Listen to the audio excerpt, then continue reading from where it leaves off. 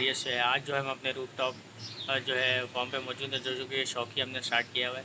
बाकी वीडियो जो रिलेटेड है वो नादन बाईपास मंडी के हवाले से है, उसके रिव्यू के हवाले से है। तो उस पर थोड़ा बात करेंगे कि दवा क्या एक्सपेक्टेड है, मंडी का क्या ट्रेंड रहेगा, किस तरह रौनक लगेगी और किस तरह नहीं लगेगी।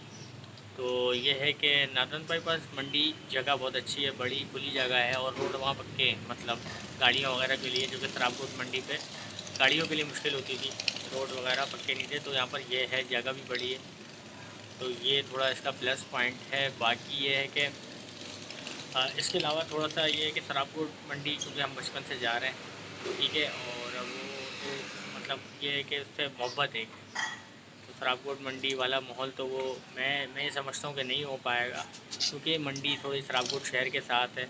फैमिलीज़, बच्चे वगैरह सब जो है वो सैटरडे नाइट या संडे पहुँच, ज़्यादातर रात को रौनक होती थी, रात को पहुँच जाते थे सब। तो लेकिन ये अब जो मंडी लग रही है नादन बाईपास पे, तो ये जगह कोई मतलब है बहुत दूर, मतलब शहर से हटके है, वहाँ इतनी आबादी नहीं है, तो यहाँ जाना रात को इतना आसान नहीं होगा। और जो रास्ता कवर करके जाना है वो भी कोई ख़तरे से खाली नहीं है। अफगान बस्ती लगती है, तो पहले ही वो इलाका मशहूर है कि वहाँ पर थोड़ा सा स्नैचिंग वगैरह होती है। तो मेरे हिसाब से जो है वो रौनक लग नहीं पाएगी जो कि सराफकोट मंडी पे लगती थी, क्योंकि सराफकोट की रौनक को कोई मैच नहीं कर सकता। वो मंडी थी, एक ही थी और वो ख़त्म हो गई। तो इस मंडी का एक अलग मज़ा होगा, ठीक है, लेकिन ये मैं समझता हूँ कि वो रश नहीं हो पाएगा। और इलाकाई मंडी जो है इस दफ़ा हेड रहेंगी मेरे हिसाब से। मलिर मंडी जो है वो हाई रहेगी। भैंस कॉलोनी और इलाकों में भी जानवर लगेंगे, क्योंकि मंडी दूर है, तो ज़्यादातर लोग जो है यहाँ से ख़रीदारी करेंगे। जो मेरा जो है अंदाज़ा है। बाकी ये है कि लोग अभी जल्दी बाइंग ना करें, क्योंकि लोग अभी बाइंग ना करें, ठीक है, क्योंकि मेरे हिसाब से सराफकोट मंडी इस दफ़ा जो है वो थोड़ा सा जो है वो पिटेगी। पिटेगी इन अ सेंस कि थोड़ा कम रहेगी, क्योंकि लोगों की आमदोरफ़्त वहाँ पर कम रहेगी, लोग इलाकाई मंडी से ज़्यादा ख़रीदेंगे।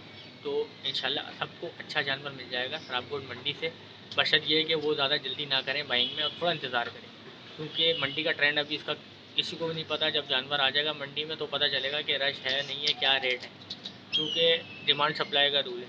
लोग वहाँ ज़्यादा जाएंगे तो जानवर महंगा होगा, रेट पे बिकेगा। लोग नहीं जाएंगे तो ख़रीदार अपने रेट पे जानवर लेंगे।